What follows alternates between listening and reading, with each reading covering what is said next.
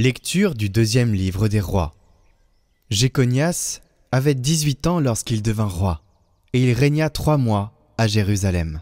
Sa mère l'appelait Nehushta, fille d'Elnathan. Elle était de Jérusalem. Il fit ce qui est mal aux yeux du Seigneur, tout comme avait fait son père. En ce temps-là, les troupes de Nabuchodonosor, roi de Babylone, montèrent contre Jérusalem, et la ville fut assiégée. Le roi de Babylone vint en personne attaquer la ville, que son armée assiégeait.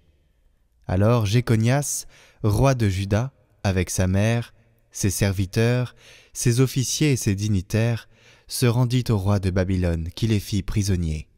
C'était en la 8e année du règne de Nabuchodonosor. Celui-ci emporta tous les trésors de la maison du Seigneur avec ceux de la maison du roi. Il brisa tous les objets en or que Salomon, roi d'Israël, avait fait faire pour le temple.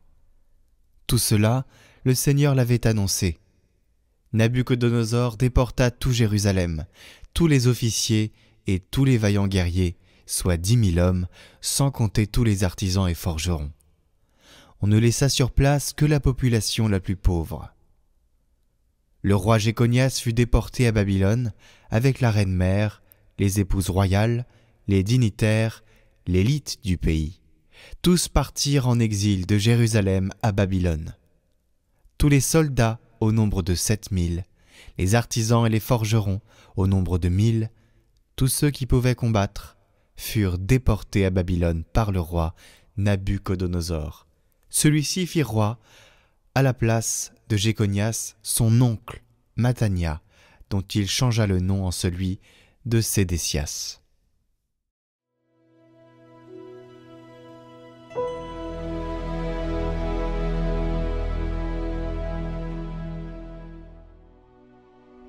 Pour la gloire de ton nom, Seigneur, délivre-nous.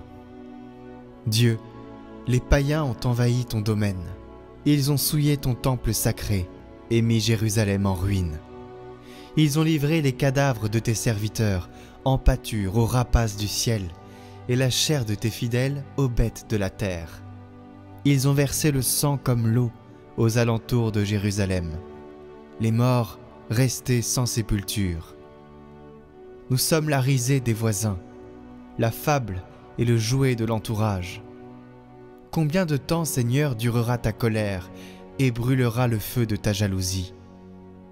Ne retiens pas contre nous les péchés de nos ancêtres. Que nous vienne bientôt ta tendresse, car nous sommes à bout de force. Aide-nous, Dieu, notre Sauveur, pour la gloire de ton nom. Délivre-nous, efface nos fautes pour la cause de ton nom.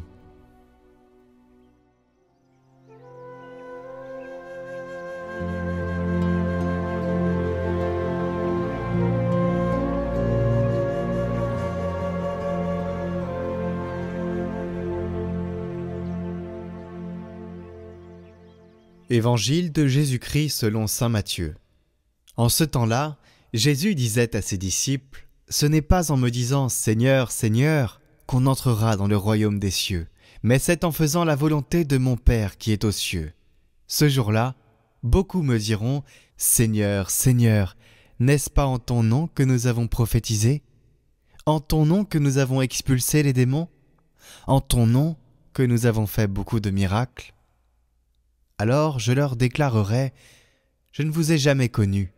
Écartez-vous de moi, vous qui commettez le mal. » Ainsi, celui qui entend les paroles que je dis là et les met en pratique est comparable à un homme prévoyant qui a construit sa maison sur du roc. La pluie est tombée, les torrents ont dévalé, les vents ont soufflé et se sont abattus sur cette maison. La maison ne s'est pas écroulée, car elle était fondée sur le roc. Et celui qui entend de moi ces paroles sans les mettre en pratique est comparable à un homme insensé qui a construit sa maison sur du sable. La pluie est tombée, les torrents ont dévalé, les vents ont soufflé. Ils sont venus battre cette maison. La maison s'est écroulée et son écroulement a été complet. Lorsque Jésus eut terminé ce discours, les foules restèrent frappées de son enseignement, car il les enseignait en homme qui a autorité et non pas comme leurs scribes.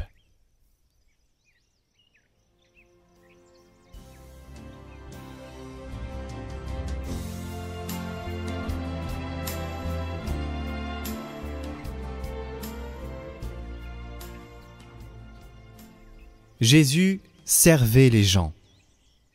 Il expliquait les choses pour que les gens comprennent. Il servait les gens. Il avait une attitude de serviteur, ce qui lui conférait de l'autorité. Au contraire, ces personnes étaient incohérentes et leur personnalité était divisée au point que Jésus a conseillé à ses disciples « Faites ce qu'ils vous disent, mais non ce qu'ils font ».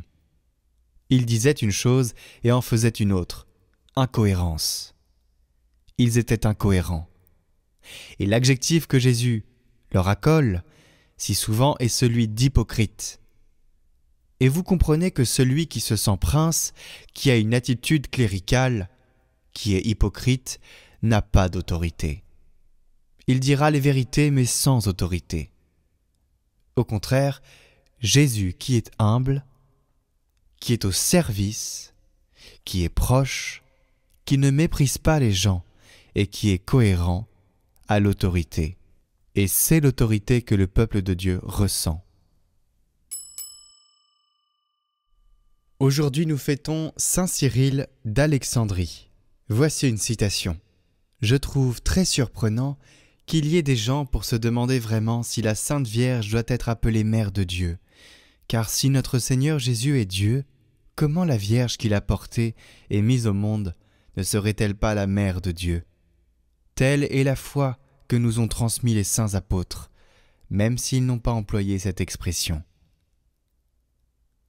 Saint Cyril d'Alexandrie, priez pour nous.